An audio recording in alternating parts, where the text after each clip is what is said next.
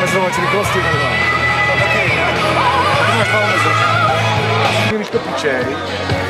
Na rovnou 10. hodinu uděláme slavnostní zahájení a start slov do začátku.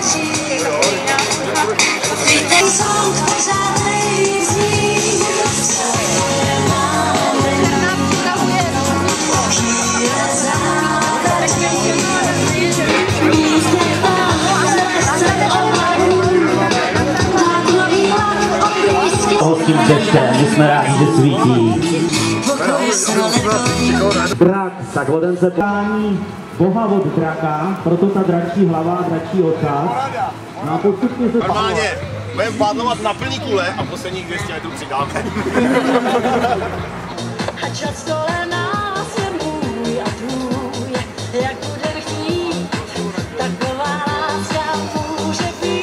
Kušení, borci a jední domluváme se, otravujeme časy, druhý prezíždě, 11.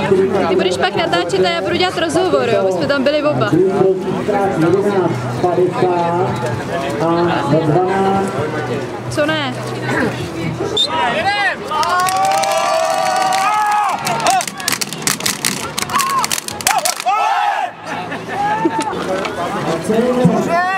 Hodně zdaru, ahoj! A za nimi už vyjíždí oranžový expres na lodi Togru a naostáčí chvílem pojedou blíže k nám právě k Aspoň, že mají oranžovýho kormidelníka, aby mohli mít oranžovýho bubeníka.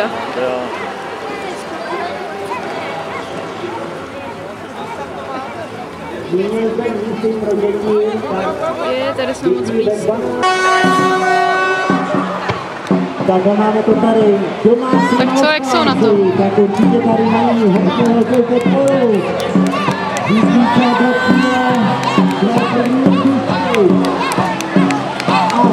Já myslím, že ještě dělat jsou na tom hůř.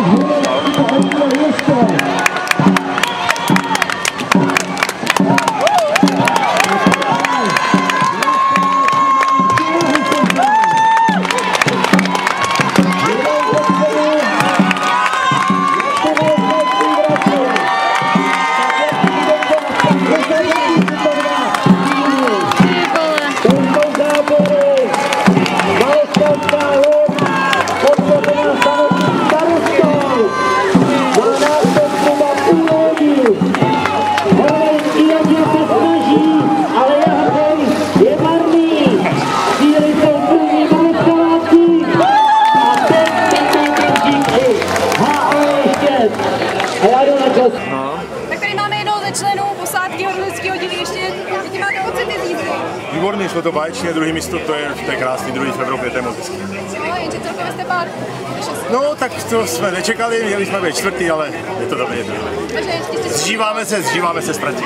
Příště přidáte, jo? Příště budeme určitě lepší. Tak se budeme těšit. Tak jedem! Pozor, připravit, bude start. Na 8. Jedem! Vyflákám se! Tempo! Hladí!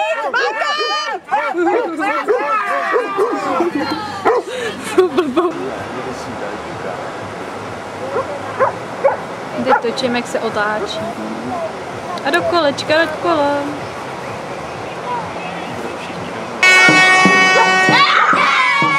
Vidíš, oni vůbec nemakají na začátku, vůbec nejedou prostě.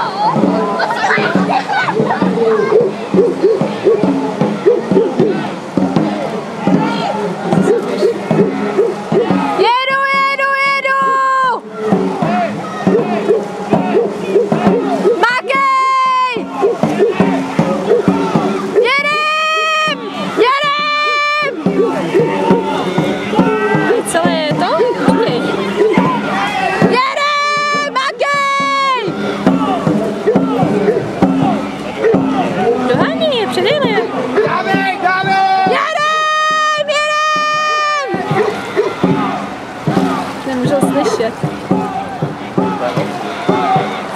Ale jsou vepředu. Jsou lepší, to koukám v té kameře, ne?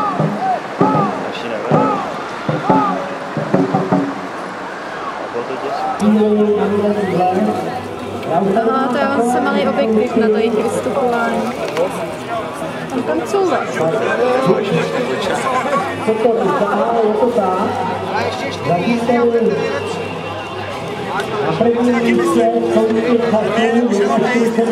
A nemávaj, jo, hurá! Mává. Je zhruba 1/3.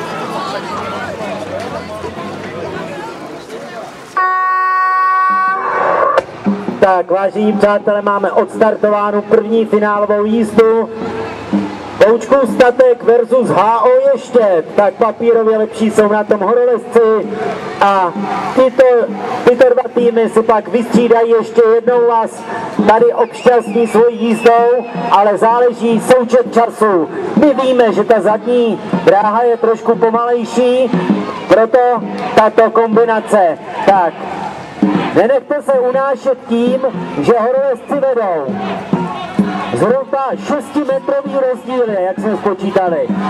Takže jestli najedou více jak 6 metrů, je to pro ně dobré. Tak zatím Lot má 12,5 metrů, vypadá to, že jsou v polovině, tak jestli Boučkův Statek nepřidá, tak to 6. místo má jistý. Tak a máme posádku k cíli. No.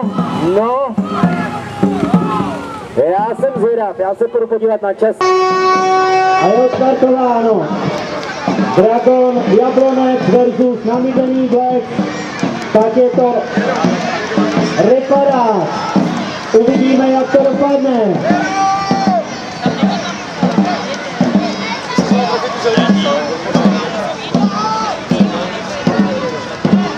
Teď vedou Jablonečáci, ne? Tak opět dopředu jde Dragon.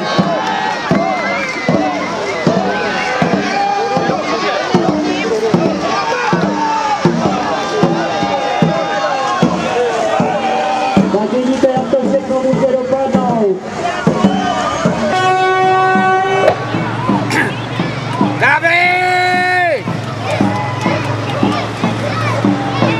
Nehrabou stejně.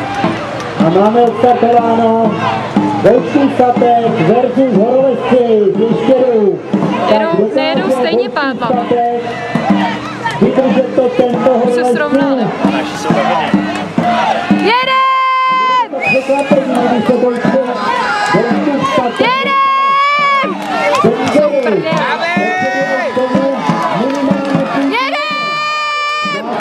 Oplatí tady jít tam, přidáte se týdu, do mě stále nestíhají.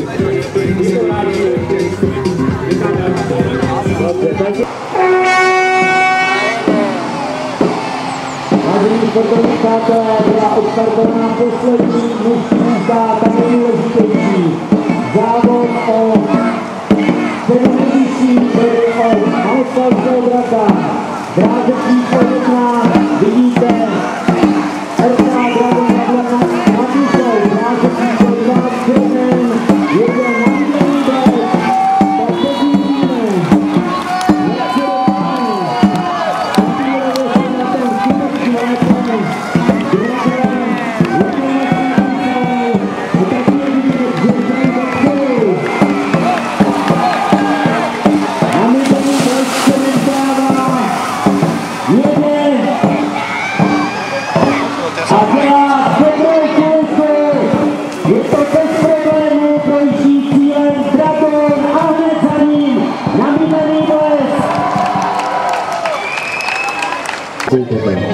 Páté místo, horolezci ještě.